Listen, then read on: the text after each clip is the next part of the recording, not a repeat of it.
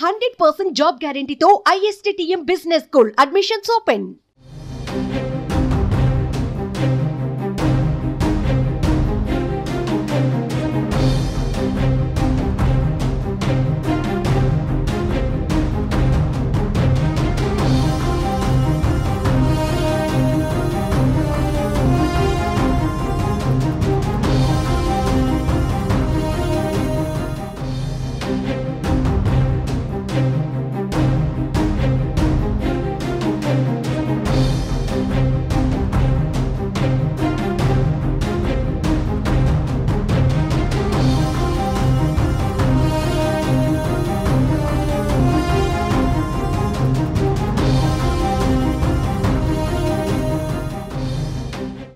ఇందిరమ్మ ఇళ్ల పథకంపై తెలంగాణ ప్రభుత్వం కసరత్తు చేస్తోంది. ఈ పథకంలో భాగంగా పేదల ఇంటి నిర్మాణానికి 5 లక్షల రూపాయలు సాయం చేస్తామని సీఎం రేవంత్ రెడ్డి ప్రకటించారు.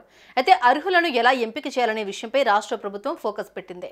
ఇతర రాష్ట్రాల్లో పర్యటించి అక్కడి ప్రభుత్వాలు ఎలాంటి విధి విధానాలు రూపొందించాయనే విషయంపై కసరత్తు చేసేందుకు అధికారులు సిద్ధమైనట్లు తెలుస్తోంది.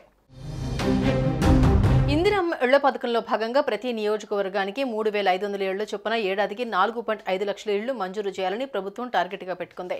ప్రజాపాలనలో 82.82 లక్షల మంది దరఖాస్తు చేసుకున్నారు. అయితే వీరిలో అర్హులను గుర్తించడం ప్రభుత్వానికి తలనొప్పిగా మారింది. పేదరికంలో ఉన్న వారికి ఇళ్లు కేటాయించాలని ప్రభుత్వం నిర్ణయం తీసుకున్న నేపథ్యంలో దరఖాస్తులు ఇచ్చిన వారి ఆర్థిక స్తోమతను గుర్తించడం సవాలేనని అధికారులు తమ అభిప్రాయం వ్యక్తం చేస్తున్నారు.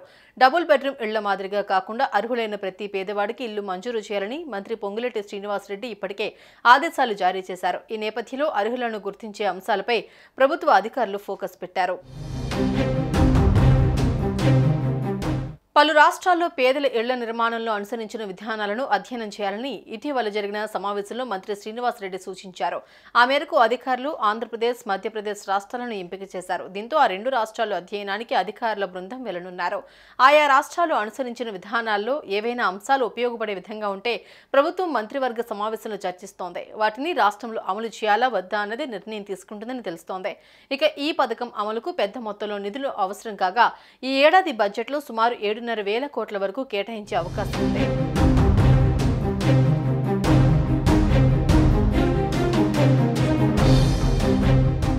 సుమన్ టీవీలో మీ పర్సనల్ అండ్ బిజినెస్ ప్రమోషన్స్ కోసం కింది నెంబర్కి కాంటాక్ట్ చేయండి.